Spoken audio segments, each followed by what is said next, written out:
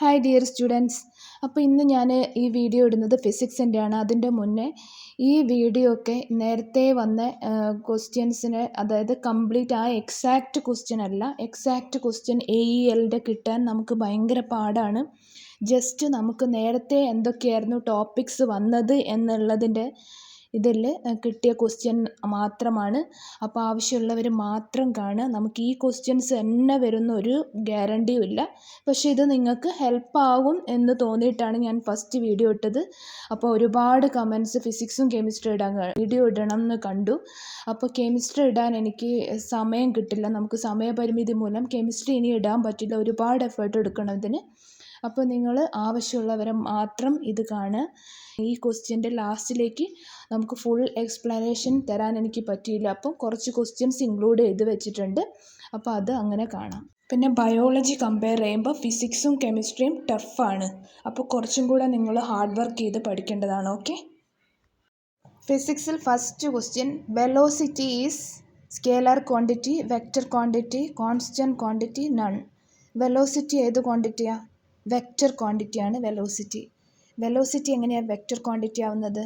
അതിൽ മാഗ്നിറ്റ്യൂഡും ഡയറക്ഷനും കാണിക്കും വെലോസിറ്റിയിൽ.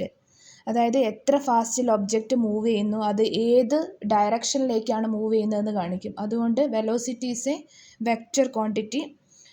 അതിനൊരു എക്സാമ്പിളാണ് 60 km/h ഈസ്റ്റിലേക്ക് പോകുന്നു എന്നുള്ള ഒരു ഡയറക്ഷൻ. ആ ഒരു ഡയറക്ഷനിൽ കാണിച്ചിട്ട് അങ്ങനെ കാണിക്കുന്നത്.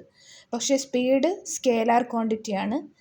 സ്പീഡ് എങ്ങനെ സ്കേലാർ ക്വാണ്ടിറ്റി ആവുന്നത്? ഇത് മാഗ്നിറ്റ്യൂഡ് മാത്രമേ പറയുള്ളൂ. സ്പീഡ് പറയുമ്പോൾ 60 km/h എന്ന് മാത്രമേ പറയുള്ളൂ. അപ്പം velocity vector quantity, speed scalar quantity. അത് ജസ്റ്റ് അതിൻ്റെ ലെറ്റേഴ്സ് വെച്ച് നിങ്ങൾക്ക് കണക്ട് ചെയ്ത് ഓർക്കാൻ പറ്റും. V velocity vector, speed scalar, അങ്ങനെ. ഇത് SI unit of force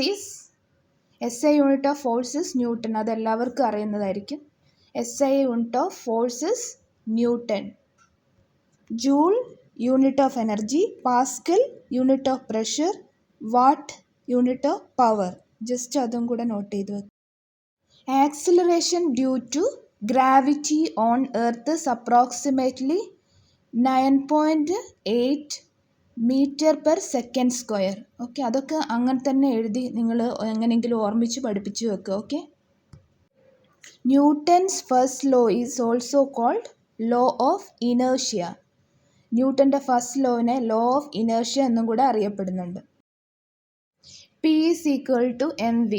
A option mass into velocity ആണോ, അതോ മാസ് ഇൻറ്റു ആക്സിലറേഷൻ ആണോ, ഫോഴ്സ് ഇൻറ്റു വെലോസിറ്റി ആണോ, ഫോഴ്സ് ഇൻറ്റു ഡിസ്റ്റൻസ് ആണോ, അങ്ങനെയാണ് ഓപ്ഷൻസ് തന്നേക്കുന്നത്. അപ്പോൾ P is equal to mv എന്ന് പറയുമ്പോൾ മാസ് ഇൻറ്റു വെലോസിറ്റി ആണ്. P എന്ന് പറഞ്ഞാൽ എന്താ?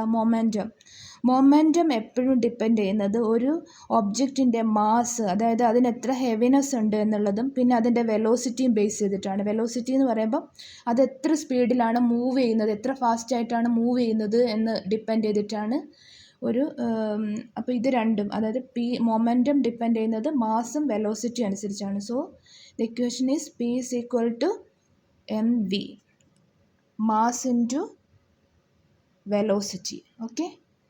The rate of change of momentum gives force. അതായത് the rate of change of momentum എന്താണ് തരുന്നത്? ഫോഴ്സ് ആണ് തരുന്നത്. ഒരു ഹെവി ഉള്ളത്, ഒരു ഒരു ഹെവി ആയിട്ടുള്ള ഒരു സബ്സ്റ്റൻസ് മൂവ് ചെയ്യണേ അവിടെ എന്ത് വേണം? ഫോഴ്സ് വേണം. Next question, the unit of work is joule. Already ഞാൻ പറഞ്ഞിട്ടുണ്ടായിരുന്നു. യൂണിറ്റ് ഓഫ് വർക്ക് അല്ലെങ്കിൽ എനർജി ജൂളാണ്. ഓക്കെ. ചില സമയത്ത് എനർജി ചോദിക്കും, ചില സമയത്ത് വർക്ക് എന്ന് ചോദിക്കും. Okay. Power is defined as work per time ആണ്. ഓക്കെ. ഒരു പെർ ടൈമിൽ എത്ര വർക്ക് ചെയ്യുന്നു എന്നുള്ളതിനാണ് പവർ എന്ന് പറയാം. അപ്പം power is defined as work per time. A body continuous in its state unless acted upon by an external force due to inertia. ഇതാണ് Newton's first ലോയിൽ പറയുന്നത്. ഒരു ഫോഴ്സ്, എക്സ്റ്റേണൽ ഫോഴ്സ് ഇല്ലാതെ ഒരു സബ്സ്റ്റൻസ് മൂവ് ചെയ്യാതെ ഒരു സ്റ്റേറ്റ് തന്നെ continue ചെയ്യുന്നു. അതിന് പറയുന്ന പേരാണ് ഇനേർഷ്യ. ഓക്കെ.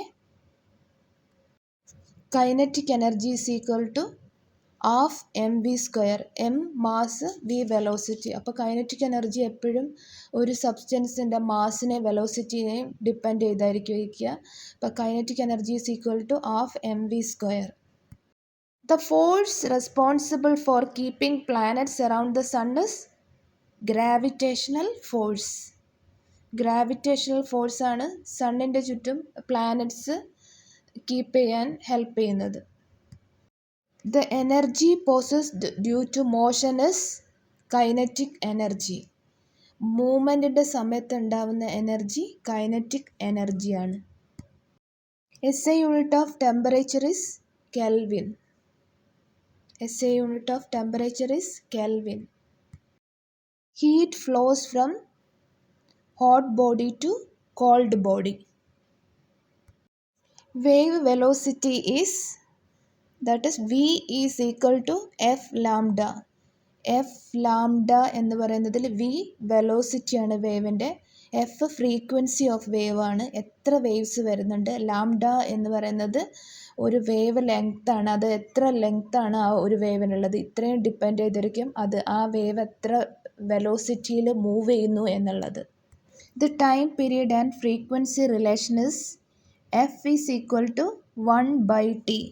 ഇതിൽ എഫ് ഫ്രീക്വൻസി ആണ്, ഫ്രീക്വൻസി ടി ടൈം പീരീഡും.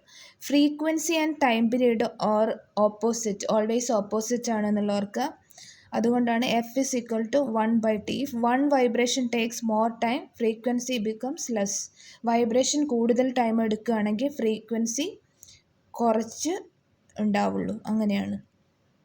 ഇതിലൊരു ഫോർമുല തന്നിട്ട് അത് കറക്റ്റ് റിലേഷൻ ആണോ എന്ന് പറയാനാണ് പറയുന്നത്. അതായത് ഈ ഫോർമുല കറക്റ്റ് ആണോ റോങ് ആണോ എന്ന് നിങ്ങൾ പറയണം. ഇതിൽ മിറർ ഫോർമുലയാണ് തന്നിരിക്കുന്നത്. 1/, focal length equals 1/, image distance plus 1/, object distance. അപ്പോൾ ഫിസിക്സ് കെമിസ്ട്രി വരുമ്പോൾ അത് കുറച്ച് ടഫായിരിക്കും, ബയോളജി പോലെ ഈസി ആയിരിക്കില്ല. അപ്പോൾ ഇങ്ങനെയുള്ളതൊക്കെ നിങ്ങൾ കറക്റ്റ് റിലേഷൻ ആണോ എന്നുള്ളത് ഓൾറെഡി നിങ്ങൾ പഠിക്കേണ്ടതാണ്. Transfer of heat without medium occurs by radiation. Without medium heat transfer ചെയ്യുന്നത് റേഡിയേഷനിലാണ്. Ohm's law is V is equal to IR. V voltage, I ഇലക്ട്രിസിറ്റിയാണ്, കറണ്ട്, R റെസിസ്റ്റൻസ്. അതായത് വോൾട്ടേജ് എപ്പോഴും ഫ്ലോ ഓഫ് ഇലക്ട്രിസിറ്റിയും അതിൻ്റെ ബ്ലോക്ക് ടു കറണ്ട് അല്ലെങ്കിൽ അതിലെന്തെങ്കിലും opposition ഉണ്ടെങ്കിൽ അത് ബേസ് ചെയ്തിട്ടായിരിക്കും ഇരിക്കും. The speed of sound is maximum in solids. സോളിഡ്സിൽ സ്പീഡ് ഓഫ് സൗണ്ട് മാക്സിമം ആയിരിക്കും. Equivalent resistance is equal to R1 plus R2 plus R3. അതായത് റെസിസ്റ്റൻറ്റ് കണക്റ്റഡ് ഇൻ സീരീസ് ആകുമ്പം എന്താണ് അതിൽ റെസിസ്റ്റൻസ് ഇൻക്രീസ് ചെയ്യുന്നത്. അപ്പോൾ അതാണ് ഈ ക്വസ്റ്റ്യനിൽ തന്നിരിക്കുന്നത്. അപ്പോൾ resistance increase. Sound cannot travel through vacuum. വാക്വത്തിലൂടെ സൗണ്ടിന് ട്രാവൽ ചെയ്യാൻ പറ്റില്ല. The image formed by a plane mirror is virtual and erect. A convex lens is also called converging lens. Convex ലെൻസിനെ കൺവേർജിങ് ലെൻസ് എന്നും കൂടെ പറയുന്നുണ്ട്. The speed of light in vacuum is 3 × 10⁸ metre second. ഇതൊക്കെ correct ഇങ്ങനെ തന്നെ പഠിക്കുക കേട്ടോ, by heart പഠിച്ചേ മതിയാവുള്ളൂ.